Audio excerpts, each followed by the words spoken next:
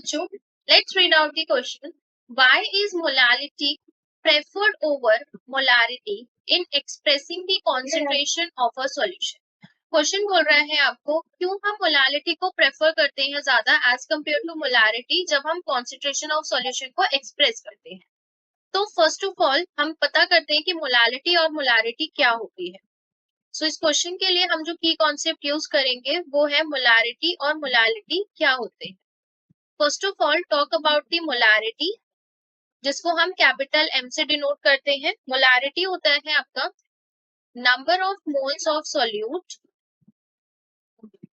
number of moles of solute divided by volume of solution in liters। बात करूं अगर मैं मोलालिटी की,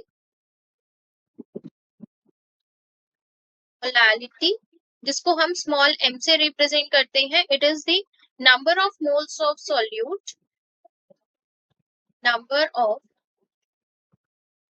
moles of solute in 2000 divided by weight of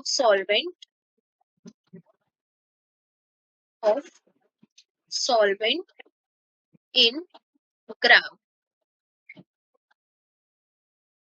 ये तो हमारी मोलारिटी और मोलालिटी की बात हो गई। अब हमें क्वेश्चन में बोला हुआ है कि मोलालिटी को हम क्यों ज्यादा प्रेफर करते हैं मोलारिटी के लिए, मोलारिटी के ऊपर to express the concentration of a solution.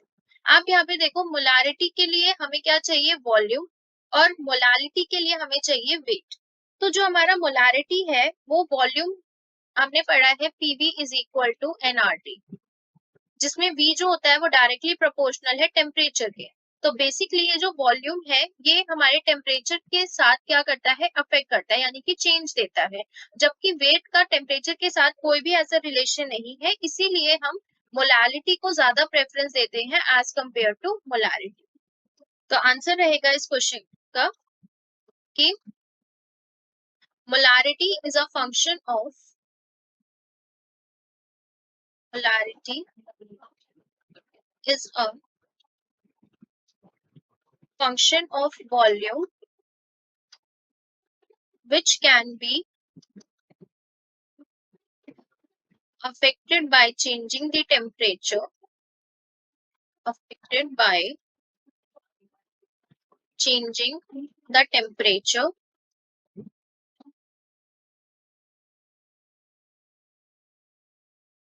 while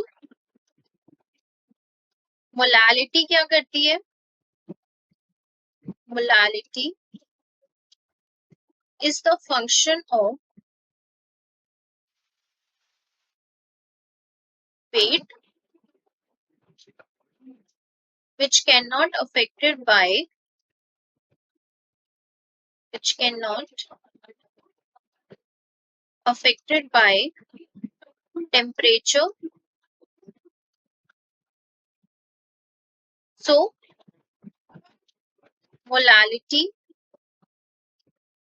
is preferred over molarity